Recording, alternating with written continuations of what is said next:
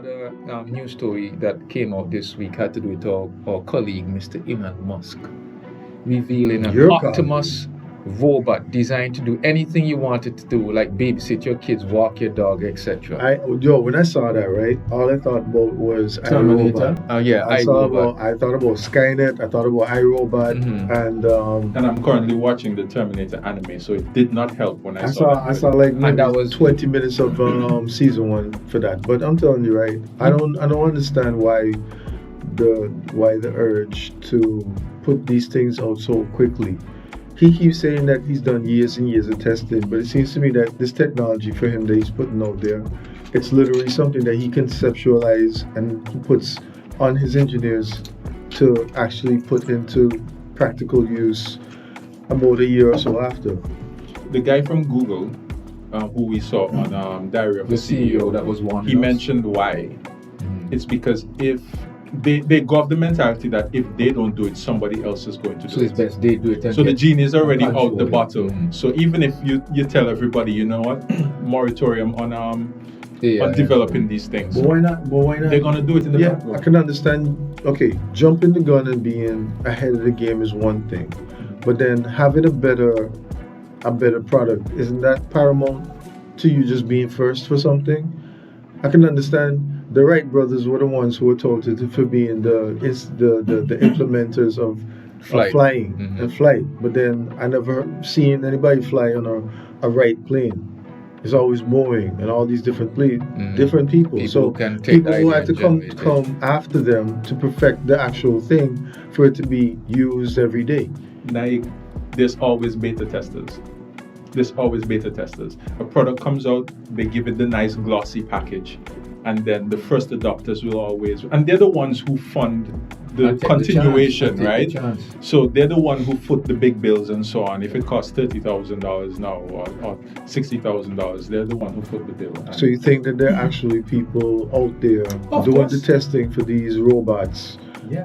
that now he can actually put forward this thing here, you know? Yeah. But where are these robots going? Like, what's the purpose? Domestic use. Do we just like buy them or something? Like go on Amazon? $20,000 to $30,000. Imagine when Amazon starts to knock off those boy. Great. $20,000 to $30,000. So we know how you get on Timo version. A Temu version. So we That's don't need crazy. We don't need Gemini in them It's gonna things. happen. You know why? Let me give you an Buy example. about 60D battery. We Make it work. have something in our home we call R2. R2 is this about 14-inch diameter cleaner.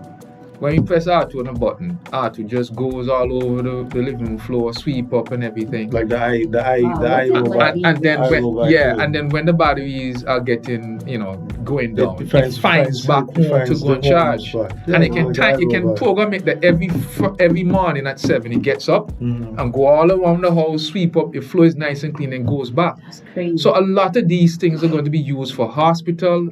They were showing them in kitchens, in domestic use with elderly people. They're going to have some really good practical applications. What if it works? Why are we so negative? No. What if it works? Well, suppose it What doesn't if it work. works? Do computer softwares have bugs in them that make them glitch and start making errors? Oh yeah, for sure. Now, imagine, right, if a life-size machine that is 100 times stronger than you are develop a bug in its system and start when it's glitch out. changing a diaper. You can. When it's changing a diaper. Yeah, so it's Change the diaper it's for taking baby. care of Miles, Mhm. and then the bug clicking.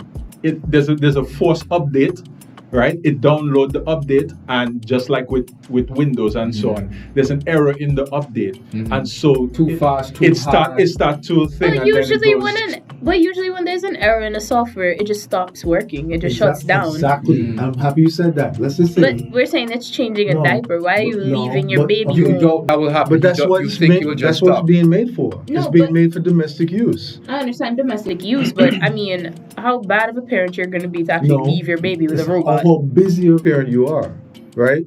And No, also, how bad of a how parent busy of a you parent you are, because my thing is, right, Glenn just brought up a scenario about the household.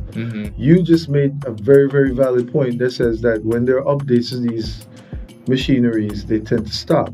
Let's just say one is doing an Uber, driving you from here Or to pouring there. a kettle of hot water. Just driving you down the highway, a busy highway. you come into a junction, right?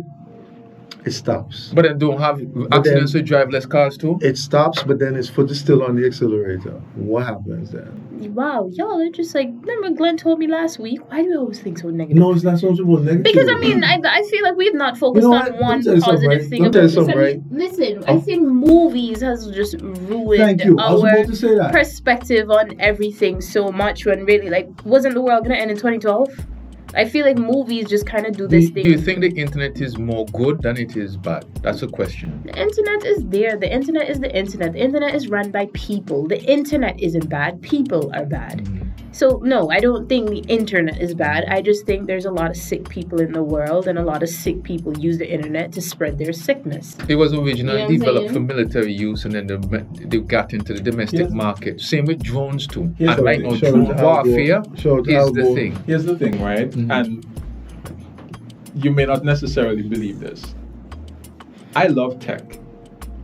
The concept of AI, I think, is pretty cool. It's not a new concept. I've been familiar with AI. It's in anime, it's in all the sci-fi stuff that I read. All the intergalactic travels are only possible with AI and so on. So yeah, there was a period of time when there was an almost halo effect over the ideas, because it was a point in time when anything was possible. And we saw how cool it would be and so on. I mean, we had the Jetsons, come on. Dorothy cook a mean meal, right? And this is what it is that we would enjoy having. We think that is cool, right? But as we get older and we get to see how irresponsible we are as human beings, and we get to see the failability of technology and the sort of problems that can happen. And the stubbornness of some of the leaders. Exactly. And how profit-oriented they are, and how quickly they would push certain things that are unfinished, right? Just for the sake of profit. I don't trust them. And the companies have demonstrated time and time again, even openly so, that our best interest is not at their forefront. Dude, it's not important to them. I will buy Capri Sun that have mold in them. And I don't know Capri Sun for kids. You know why that happens? Because of the companies not caring anything about quality anymore. And they know that in as far as technological advancement goes, it's necessary. It's an inevitability, and I'm not against it. And I think it's a good thing that we can have these sort of things. But I am not hearing about the things being put in place, the controls in case. Look, before I lose my point of view and like what am I about to say, did we all think like technology was just gonna like stop at the iPhone? No. And my thing is, when you live in a first world country and you see how first world countries operate, having robots added to it doesn't really seem out of the norm. Basically, how these first world countries run when it comes to technology, and like I'll go so basic. When you go into a store and try to use cash, they're looking at you like there's something wrong with you. How you get to the train stations now, you tap your phone. Yeah, Peter was saying that in China, not even the people begging. Yeah, like even when you're going through London airport, you're not interacting with nobody. You're going through a machine. Like these things are just normal. Technology, what they're doing, they're trying to make people's lives easier, quicker, faster, and stuff like that. So what they're doing is basically just advancing. We were never going to stop at the iPhone. So I feel like us who live in such a very small island, it looks taboo to us. Because, I mean, we barely have credit card machines around the place. Not even in gas stations. Not even in gas stations. We're still using cash everywhere. The Wi-Fi here still. We don't have a lot down here. We still follow like that island trend of life. We live in a very slow-paced lifestyle. We live under the trees, on the beaches and stuff like that. But in these big countries, in these first world countries, technology runs everything because it's so fast-paced. They don't have time to just... Yeah. So I'm just like, I just feel as though like if we were there, I've been there, but if we lived there and we kind of just understood, our perception would be so much more different.